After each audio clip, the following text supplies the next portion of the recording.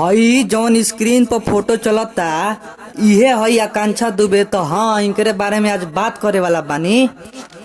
नमस्ते, प्रणाम। हम रउआ के छोट भाई नारायण निराला।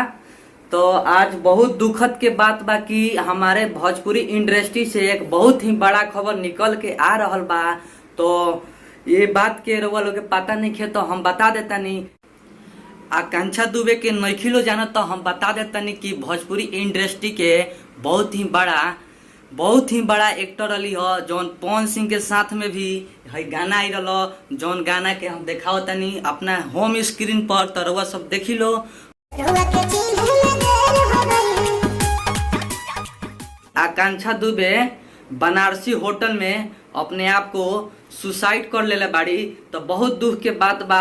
ये वीडियो में आगे बन रही लोग, हम बताओ तनी कि पूरा घटना कैसे घटल बा। ये वीडियो में जरी से अंत तक ले रहो देखी लो, ये पूरा पता चल जाई कि केमन का भइल बा।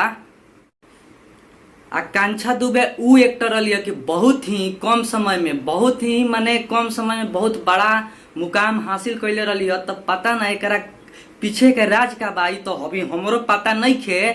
लेकिन जैसे ही ये बारे में पता चली तो अपने चैनल के माध्यम से आप लोगों के पास जरूर पहुंचाएम। तब तक ले हमारा वीडियो में बना रही लो। एकरा आगे खबर का होता हम आगे वीडियो में जरूर बताएं।